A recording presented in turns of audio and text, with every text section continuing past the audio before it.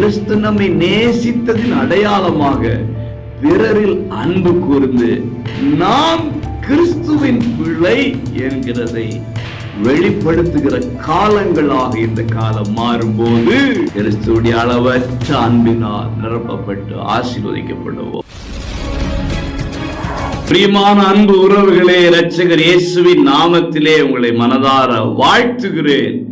1 யோவான் 3:18 என் பிள்ளைகளே, வசனத்தினாலும் நாவினாலும் கிரியையினாலும் உண்மையினாலும் அன்பு கூற கடவோம். எப்படியெல்லாம் அன்பு கூற வேண்டும் என்று சொல்லி நிருபக்காரன் அழகா சொல்றான்.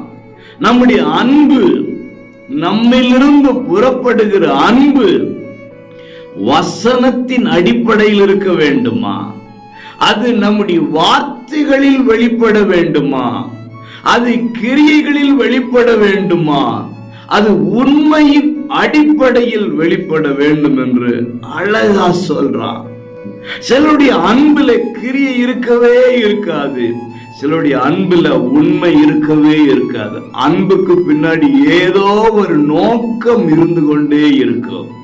நம்முடைய அன்பு அப்படிப்பட்டதாக இராமல் வசனத்தின் படியும் நாவிலிருந்தும் கிரியையிலாலும் உண்மையானதாகவும் இருந்து கிறிஸ்து நம்மை நேசித்ததின் அடையாளமாக பிறரில் அன்பு கூர்ந்து நாம் கிறிஸ்துவின் பிள்ளை என்கிறதை வெளிப்படுத்துகிற காலங்களாக இந்த காலம் மாறும்போது கிறிஸ்துவுடைய அளவற்ற அன்பினால் நிரப்பப்பட்டு ஆசீர்வதிக்கப்படுவோம்.